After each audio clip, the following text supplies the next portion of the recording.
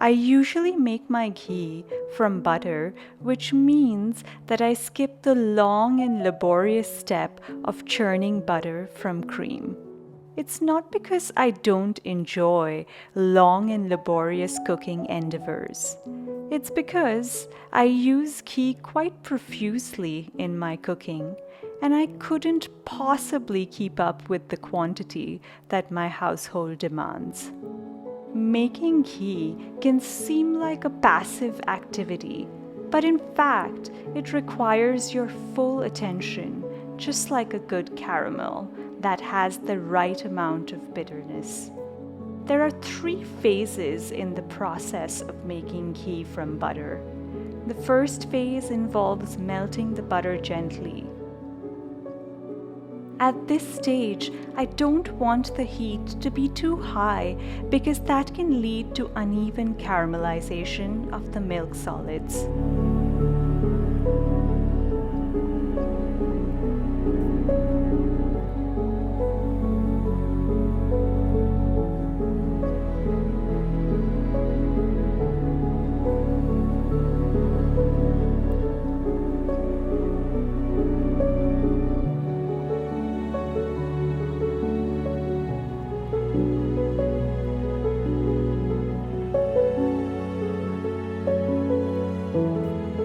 The second phase is to let the butter bubble away so that the moisture in the butter can evaporate. This is the stage where you can see vigorous bubbling and lots of steam.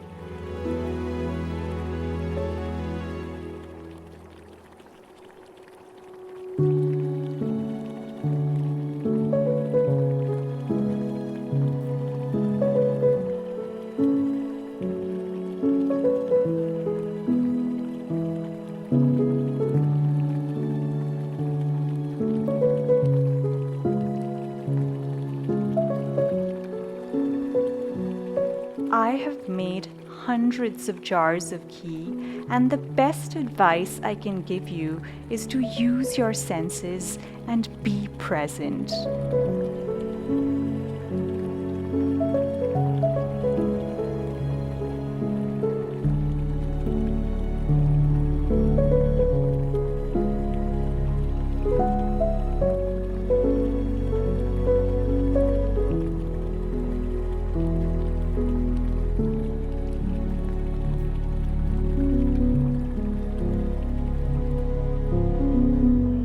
The third stage is the one that requires utmost care.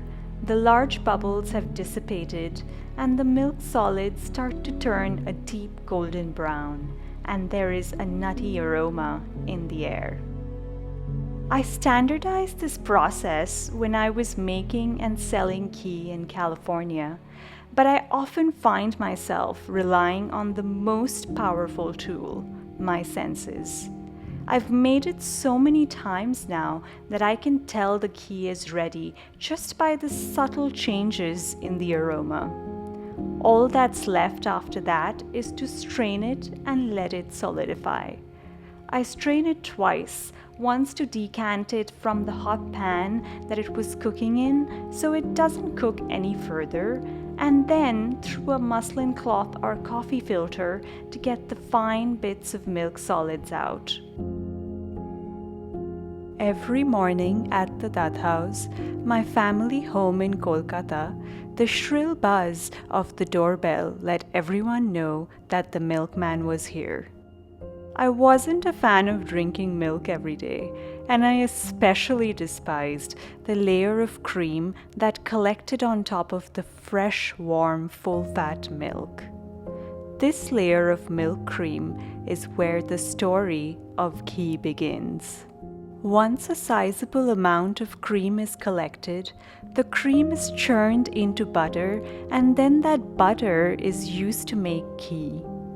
It can take months sometimes to collect enough cream to make a decent quantity of ghee, so I take the easy route. Ghee has been popular in the Western world for quite some time now, so I'm sure you all know that ghee is essentially clarified butter and one of the most popular cooking mediums in Indian cuisine. Often, this term clarified butter is taken too literally while producing ghee, and the result is solidified clarified butter, not ghee. Let me explain.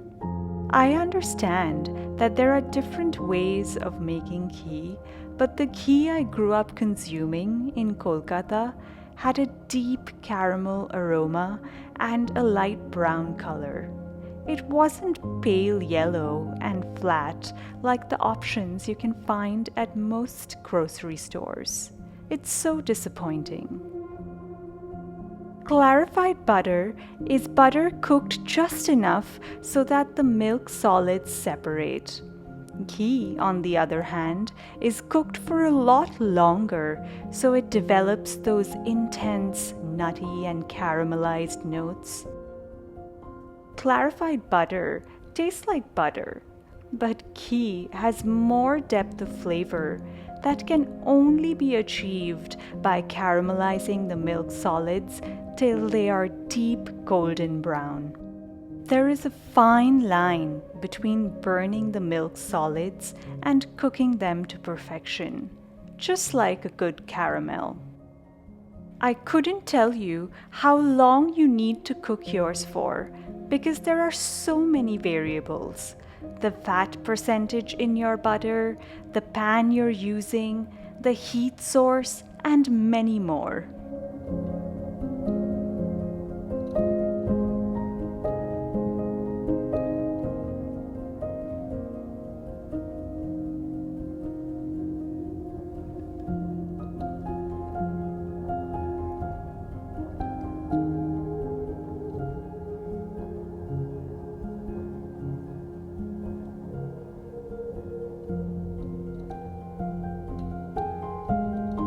The grainy texture of ghee is a sign that patience was practiced during the process of making the ghee. It means that the ghee was cooled slowly at room temperature rather than rapidly in the refrigerator. I hope you make a jar of ghee for yourself because there is nothing like a dollop of homemade ghee on warm plain rice.